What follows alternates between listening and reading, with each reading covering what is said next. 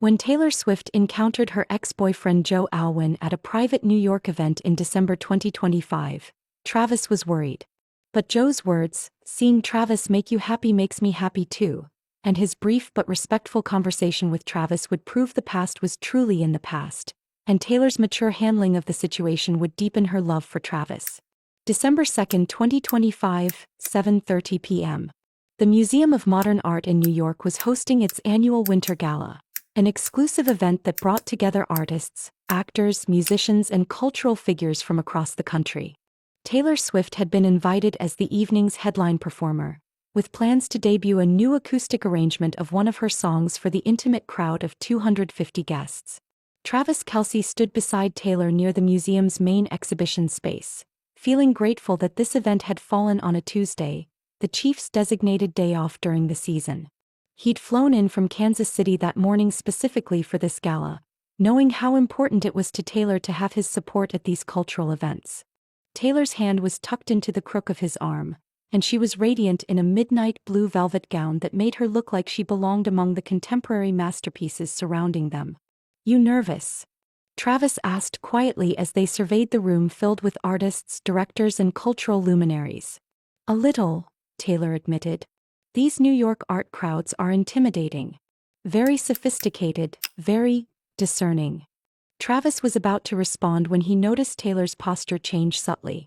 Her hand tightened slightly on his arm and her smile became a bit more fixed. Following her gaze across the room, Travis saw a tall, lean man with dark hair making his way through the crowd, clearly heading in their direction. Travis recognized him immediately from photos. Joe Alwyn, Taylor's ex-boyfriend of 6 years. They'd ended their relationship in early 2023, and while it had been amicable by all public accounts, Travis still felt his protective instincts kick in. "Taylor," Joe said when he reached them, his British accent warm but respectful. "You look beautiful. Congratulations on the engagement." "Thank you, Joe," Taylor replied, her voice steady and genuine. "It's good to see you. Are you here for work?" "Film promotion," Joe explained briefly. "We're premiering at the Tribeca Film Festival next spring, but the producers wanted to do some early networking events. This seemed like a perfect opportunity." Joe turned to Travis with an expression that seemed more curious than challenging. "And you must be Travis." "I'm Joe." Travis extended his hand, unsure what to expect. "Nice to meet you." Here's what Joe said next that would surprise everyone. "I have to say," Joe continued, his handshake firm but brief, "I've been following the coverage of your relationship, and seeing Travis make you happy makes me happy too." Travis raised an eyebrow, not sure if this was British politeness or something more sincere. "I mean that," Joe said, seeming to sense Travis's skepticism. "Taylor and I had 6 wonderful years together, but we both knew we weren't right for the long term. We wanted different things, had different priorities. But seeing her with someone who clearly understands and supports her dreams, that's exactly what she deserves." Taylor was watching this exchange with a mixture of gratitude and nervousness, unsure how Travis would respond. "I appreciate that," Travis said carefully. "Taylor's pretty special." "She is," Joe agreed without hesitation. "Which is why I wanted to say something to you if you don't mind." Travis felt his muscles tense slightly. "Sure." Joe glanced at Taylor, who nodded almost imperceptibly, then looked back at Travis. "Take care of her," Joe said simply. "Not because she needs taking care of, she's the strongest person I know. But because she's been through a lot with the media, with public relationships, with people who didn't always have her best interests at heart. You seem different. Good different." Travis felt his initial wariness begin to dissolve, replaced by something like respect for this man who was clearly putting Taylor's happiness above any potential awkwardness. "I plan to," Travis replied, his voice more genuine now. "Good," Joe said, then turned back to Taylor. "I should let you get back to your evening. Break a leg with the performance tonight." As Joe moved away to rejoin his own group of colleagues, Travis turned to look at Taylor, who was watching his face carefully. "That was..." Travis started, then stopped. "Unexpected," Taylor suggested. "Classy," Travis finished. "That was really classy." Taylor's shoulders relaxed visibly. "Joe's a good man. We just weren't right for each other romantically. But I'm glad you got to see what kind of person he is. Are you okay?" Travis asked, studying her face for any signs of discomfort or unresolved feelings.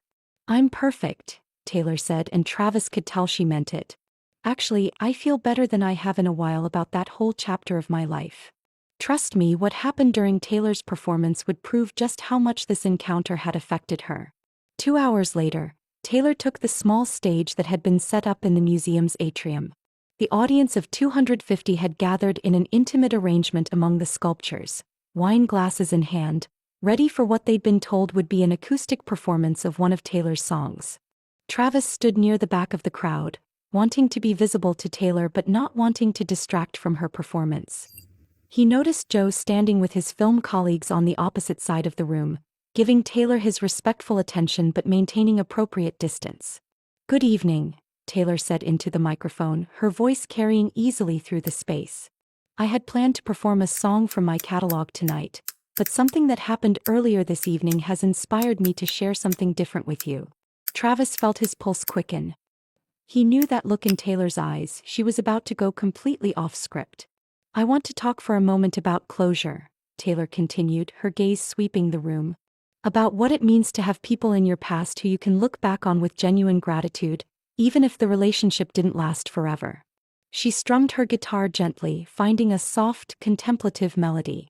I've been in the public eye for most of my adult life, and one of the hardest things about that is that every relationship, every breakup, every new beginning gets scrutinized and analyzed by strangers, Taylor said. People want drama, they want conflict, they want evidence that past relationships were failures or mistakes. Travis realized that everyone in the room was hanging on her every word.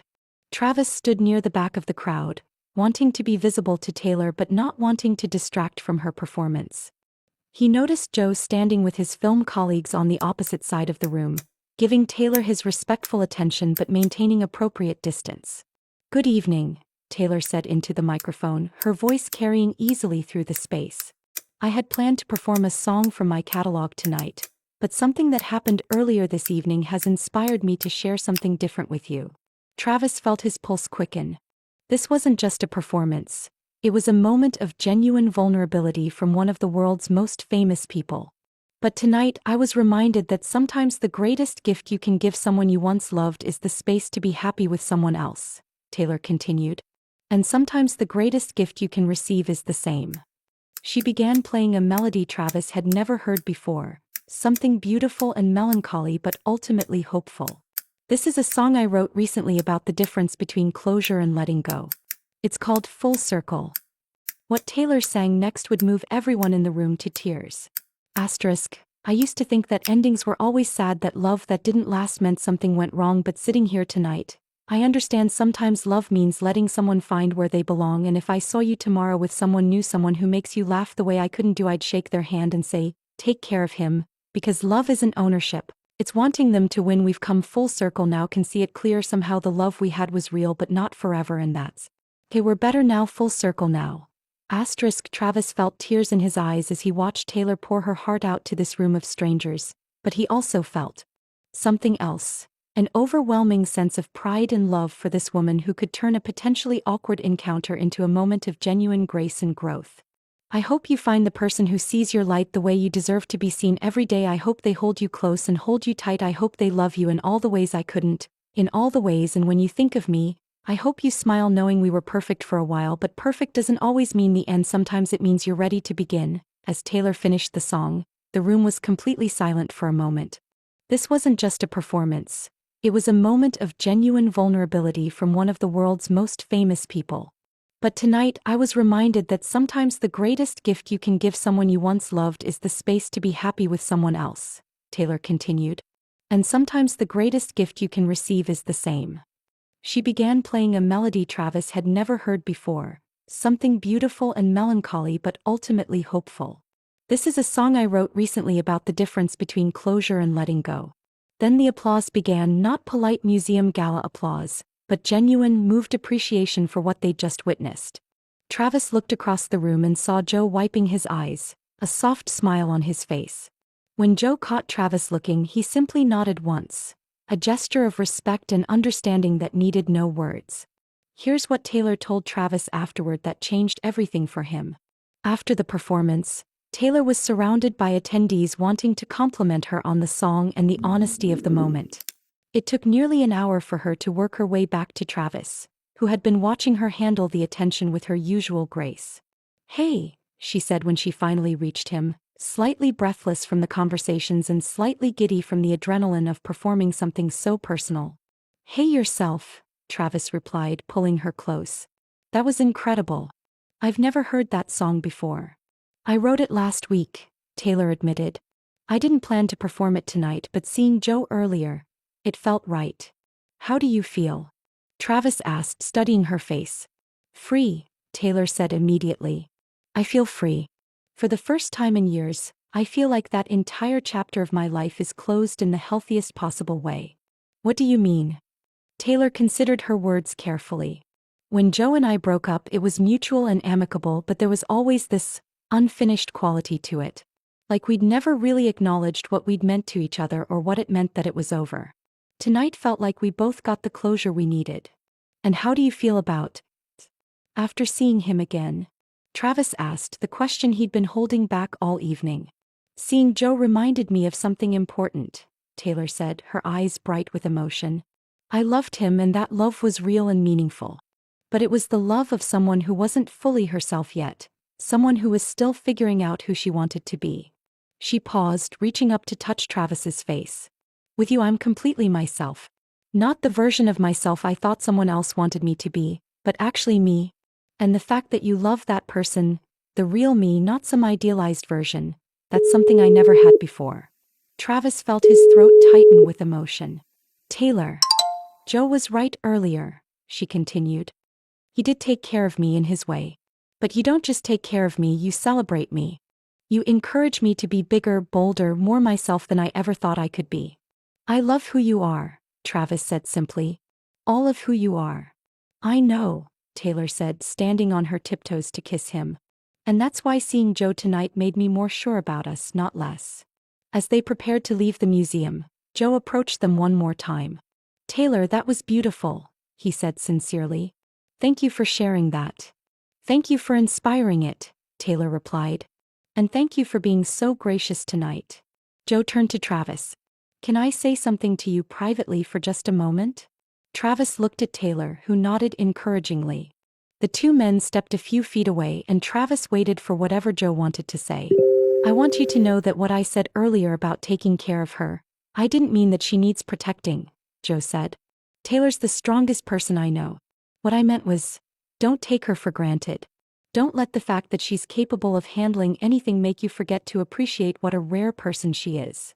"I won't," Travis said with conviction. "I can see that you won't," Joe replied. "She lights up around you in a way I never saw when we were together. That tells me everything I need to know about how right this is for her." "I appreciate that," Travis said. "And I appreciate how you handled tonight. That couldn't have been easy." "It wasn't," Joe admitted with a slight smile. "But it was necessary. We both needed that closure and now we can all move forward with clear hearts." Wait until you see what happened on the flight home that sealed everything for Taylor and Travis. On the private jet back to Kansas City the next morning, Taylor and Travis sat across from each other, both still processing the events of the previous evening. "I keep thinking about what Joe said," Travis admitted. "About not taking you for granted." "What about it?" Taylor asked, curling up in her seat with a cup of coffee. "It made me realize that I sometimes forget how extraordinary you are," Travis said. "Not Taylor Swift the celebrity, but you as a person. The way you handled last night, the grace you showed, the song you created on the spot. It reminded me that I'm not just dating someone famous. I'm with someone genuinely exceptional." "Travis," Taylor started. "Let me finish," Travis said gently. "Seeing you interact with Joe, seeing how you handled a situation that could have been really awkward or painful, it made me proud to be with you. Not because you handled it perfectly, but because you handled it like you. Honestly, gracefully, without any pretense or protection." Taylor set down her coffee and moved to sit beside Travis. "You know what last night taught me?" she said. "It taught me the difference between someone who loves you and someone who's in love with you." "What do you mean?" "Joe loves me," Taylor said. "He probably always will, in a way. We shared 6 years together, we have genuine affection and respect for each other. But he's not in love with me anymore and I'm not in love with him. She took Travis's hand. But you, she continued, you're not just in love with me, you're in love with becoming better together. You're in love with the idea of building something new with me. And that's what I want for the rest of my life. Last night confirmed something for me too, Travis said. I was worried about seeing Joe because I thought it might make you realize you missed something from your past. But instead it made you appreciate what we have now. Exactly, Taylor said. And it made me realize that I'm ready to close that chapter completely. Not because it was bad or wrong, but because it's time. What does that mean practically? Travis asked. It means that when we get married, I won't have any unfinished business with my past, Taylor said. It means I can give you all of my heart because none of it is still tied up in old relationships. That matters to you? It matters enormously, Taylor said. I want to start our marriage with a completely clean slate. And after last night, I feel like I can. 2 weeks later, Taylor did something that surprised everyone, including Travis. December 16, 2025. Taylor and Travis were having breakfast in Nashville when Taylor brought up something she'd been thinking about since the New York encounter.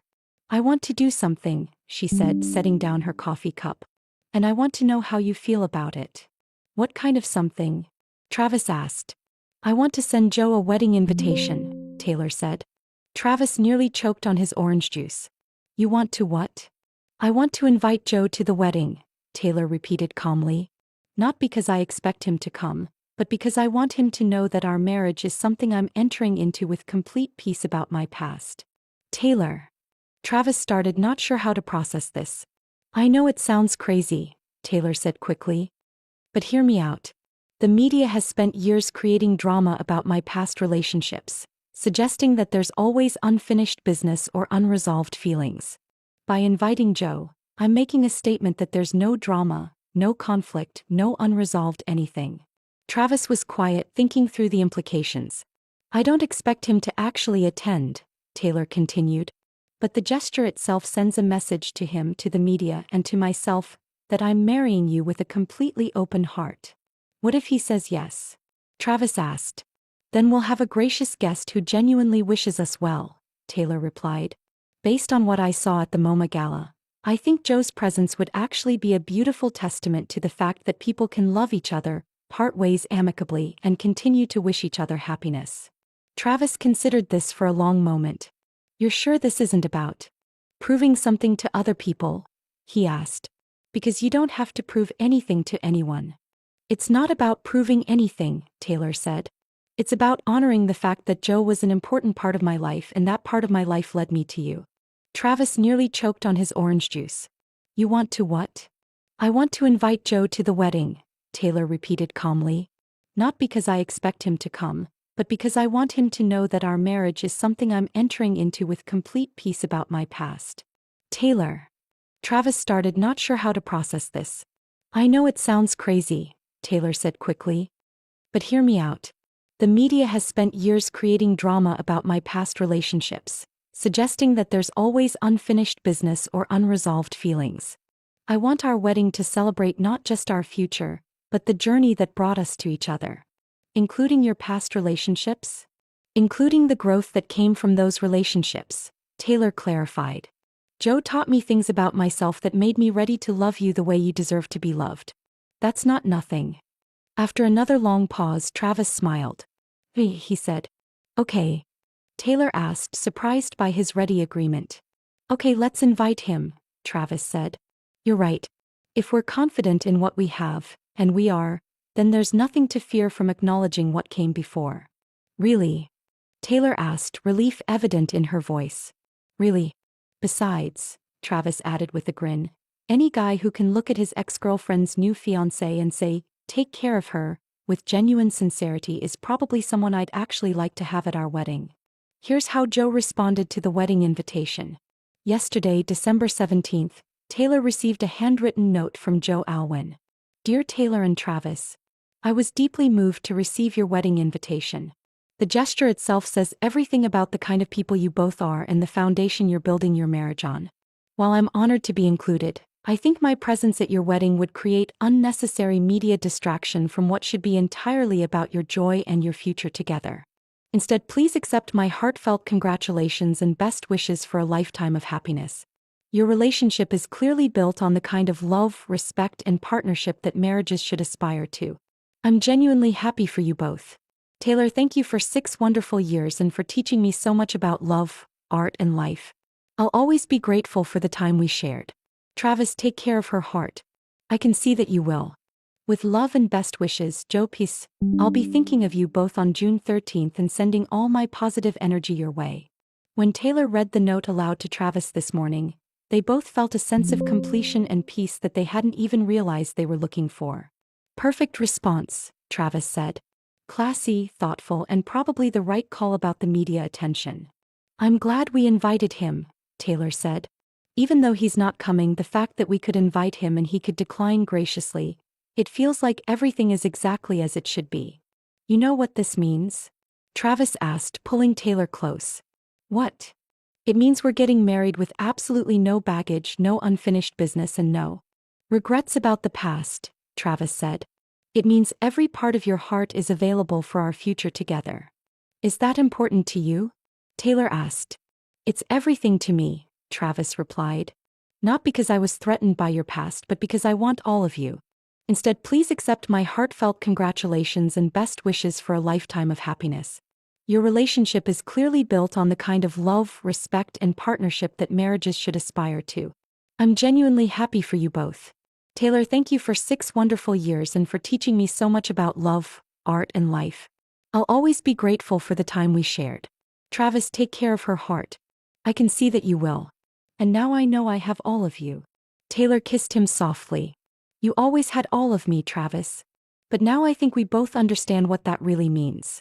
The encounter at the MoMA Gala had given them something neither had expected, not just closure with Taylor's past, but a deeper appreciation for their present. Joe's grace had shown them what mature love looked like, and their ability to handle the situation with confidence had proven that their relationship was strong enough to withstand any reminder of what came before. What do you think about Taylor's decision to invite Joe Alwyn to her wedding? Have you ever had to navigate relationships with a partner's ex in a healthy, mature way? Share your thoughts about closure and moving forward while honoring the past in the comments below. And don't forget to hit that like button if this story showed you what mature love and genuine closure look like. Looking back now from December 2025, that encounter at the Museum of Modern Art became a defining moment for Taylor and Travis. Not because it created drama or jealousy, but because it provided the closure that allowed them to move forward with complete confidence in their relationship. The evening proved that Taylor's past relationships weren't threats to her future. They were stepping stones that had led her to the person she was ready to be with Travis. And Joe's grace and maturity showed that it was possible to end a relationship with genuine love and respect intact. Most importantly, the encounter demonstrated that Travis and Taylor's love was secure enough to withstand any reminder of the past. They weren't threatened by Taylor's history. They were grateful for it, because it had shaped her into the person Travis fell in love with. When they get married on June 13, 2026, Taylor will walk down the aisle knowing that every important relationship in her past has been honored and concluded with grace.